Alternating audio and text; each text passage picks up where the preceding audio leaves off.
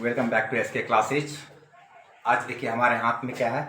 आप लोग कहिएगा इस हाथ में बॉल है, बॉल नहीं। आज मैं गोला का क्लास लेकर के आया हूँ, स्पेयर और अर्धगोला, हेमी स्पेयर। ठीक है, तो मैं इस गोला के माध्यम से देखिए ये गोला है, गोला का एग्जाम्पल के लिए मैंने इसे लाया है और इसी की सहायता से मैं आप लोग को आज गोला के बारे में बताने जा रहा हूँ। ठीक है, अब जैसे कि यहाँ पे देखिए मैं पहले से यहाँ पे देखिए गोला बना के रखा हूं, अर्धगोला। इस प्रकार की आकृति को हम लोग क्या कहते हैं, गोला कहते हैं। इस प्रकार की आकृति को जैसे यहाँ पे देखिए ये है ना।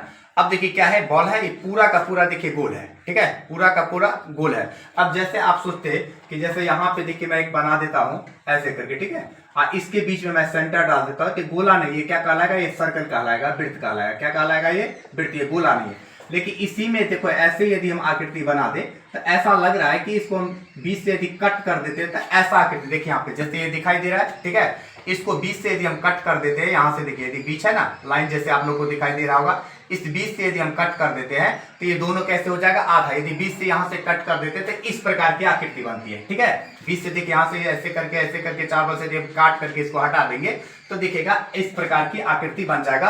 और फिर ऐसा ऐसा दो आकृति बनेगा और फिर इस बीच से कट करके इस पर रख देंगे आकृति, तो क्या बन जाएगा, गोला बन जाएगा। तो ये मेरा गोला है, अब बीच से काट दिए तो क्या हो गया, अर्धगोला हो गया।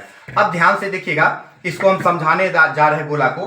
गोला में देखिएगा सबसे पहले यहाँ पे ये गोला, यहाँ देखिए गोला का ये सेंटर हो गया, केंद्र। गोला का क्या हो गया, केंद्र ये कहलाएगा, अर्धगोला का केंद्र ये कहलाएगा। ठीक है, अब यहां से देखिए यदि यहां से गोला के ये दूरी और यहां से इसका ये दूरी और यहां से इसका ये दूरी और यहां सेंटर से फिर ये दूरी, ठीक है, यानी इस जगह से गोला के चारों बगल के बीच की दूरी बराबर होती है और ये कहलाती है गोला की त्रिज्या। ये कहलाएगी गोला की त्रिज्या, जिसे हम लोग कौन चीज से इंडिकेट करते हैं, आर से इंडिकेट करते हैं, इसलिए मैंने यहां पे लिखा है गोला की त्रिज्या आर। ठीक है, अब देखते हैं गोला की ऊंचाई। अब कहिएगा सर गोला की ऊंचाई, गोला में तो ऊंचाई होती नहीं, लेकिन गोला की ऊंचाई यदि कहेगा निकालने के लिए तो देखिए इधर मेरा क्या, यहां से दिखेगा, यदि इस त्रिज्या को हम आर मान लेते हैं, ठीक है, इस त्रिज्या को क्या मान लेते हैं, आर, तो ये यहां ये आर हो गया, तो ये भी आर मेरा, ये भी आर होगा, ये भी आर होगा और ये देखिए ये भी क्या हो जाएगा, यहाँ पे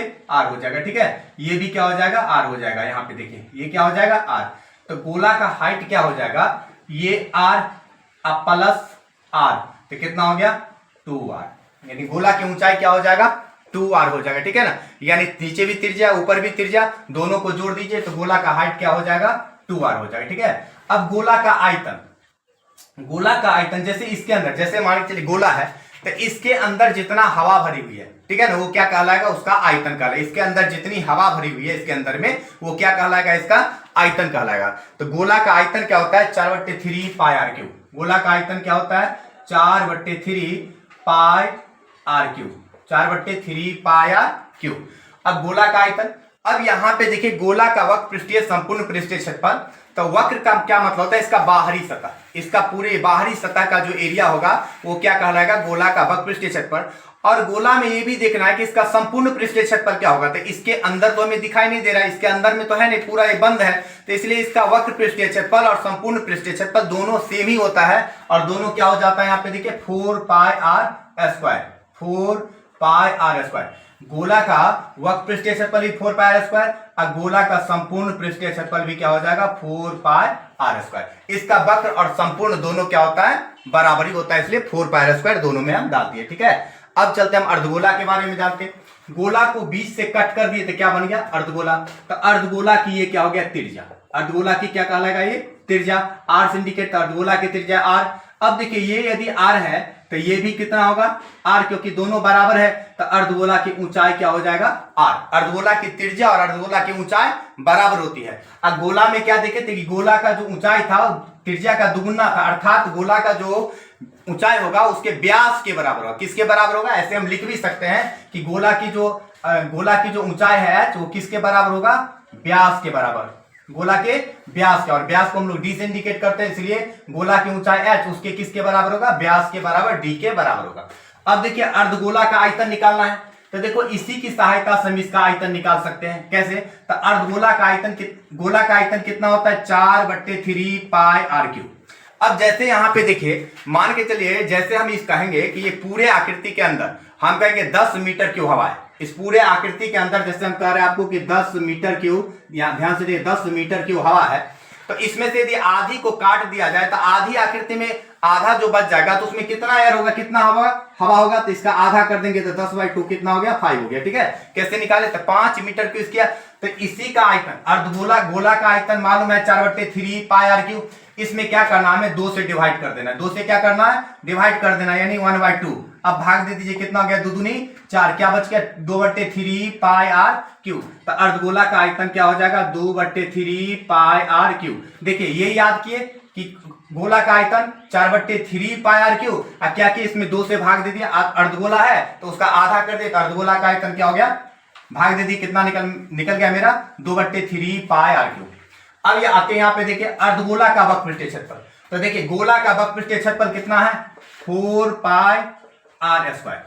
गोला का वक्रपृष्ठीय क्षेत्रफल कितना है, 4 पाई आर स्क्वायर। देखिए हम सारे इसका सारा फॉर्मूला हम इसी से निकाल रहे हैं। ठीक है, तो अर्धगोला का वक्रपृष्ठीय क्षेत्रफल क्या हो जाए, यहां पे ध्यान दीजिएगा, पूरा है ये गोला। अब मान के चलिए कि हमें ऊपर से इसको पेंट करना है। ठीक है, तो ये पूरा हम मान लेते हैं 20 मीटर स्क्वायर, इसका पूरा एरिया कितना है, मान लेते हैं 20 मीटर स्क्वायर। देखिए ध्यान से, पूरा एरिया क्या मान लिए, 20 मीटर स्क्वायर, तो इसका हाफ एरिया कितना हो जाएगा, 2 से भाग दे दीजिए, कितना हो गया, 10, आधा हो गया ना। तो यहां से देखिए पूरा पेंट करने के लिए पूरा हो गया, आधा पेंट करना है तो इसका आधा कितना हो गया, ऊपरी भाग हो गया इतना ही दूर ना, तो इतना दूर क्या हो जाएगा, तो ये 4 पाई आर स्क्वायर है, इसमें क्या करना है, 2 से भाग दे दीजिए, कितना निकल गया, 2 pi r square, 2 pi r square. ठीक है, तो अर्धगोला का वक्रपृष्ठीय क्षेत्रफल मेरा क्या निकल गया, 2 पाई आर स्क्वायर।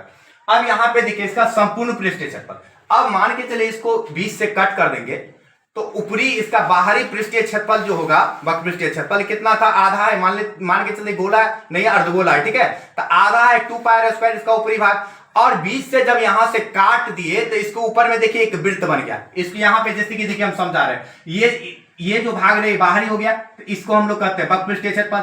और यहां पे देखिए ऊपर में एक खाली है, अर्धगोला के ऊपर में क्या है, खाली है। यदि इसके ऊपर हमें कोई ढक्कन लगाना है तो किस आकार का ढक्कन होगा, वृत्त क्या आकार का होगा, तो 1 पाई आर स्क्वायर क्या हो जाएगा और बढ़ जाएगा, तो 2 पाई आर स्क्वायर इसका क्या था, वक्रपृष्ठीय क्षेत्रफल। इसमें क्या करना है, तो 1 पाई आर स्क्वायर को फिर क्या करना है, जोड़ देना है, जो ऊपर में जो वृत्त हो गया उसके एरिया को जोड़ दीजिए, तो कितना हो गया, 2 pi r square plus 1 pi r square equal to कितना हो गया, 3 पाई आर स्क्वायर। ठीक है, तो यानी अर्ध देखिए गोला में वक्रपृष्ठीय संपूर्ण पृष्ठीय सेम होता है, क्योंकि इसका वक्र कहिए या संपूर्ण के पूरे का बोध हो जाता है, और जबकि अर्धगोला में वक्रपृष्ठीय क्षेत्रफल इसके सिर्फ नीचे वाले भाग का क्षेत्रफल, तो यहाँ पे 2 पाई आर स्क्वायर, और संपूर्ण पृष्ठीय क्षेत्रफल तो 2 पाई आर स्क्वायर में प्लस पाई आर स्क्वायर जोड़ दिए तो कितना हो गया, 3 पाई आर स्क्वायर अर्धगोला का संपूर्ण पृष्ठीय क्षेत्रफल होता है। अब देखिए इस गेंद की माध्यम से, ठीक है ना, हम इसको गोला मान करके आपको हम गोला और अर्धगोला का सारा फॉर्मूला बताएं। गोला का फॉर्मूला आप समझ में आ गया, इसी की सहायता से हम अर्धगोला का फॉर्मूला आप लोग को समझाए, आप लोग इससे आसानी से सीख सकते हैं। ठीक है, नेक्स्ट वीडियो में हम अगले चैप्टर के साथ आप लोग के सामने फिर उपस्थित होता हूं। यदि आपको वीडियो अच्छा लगता हो तो चैनल को सब्सक्राइब करना ना भूले, चैनल को सब्सक्राइब करें। धन्यवाद।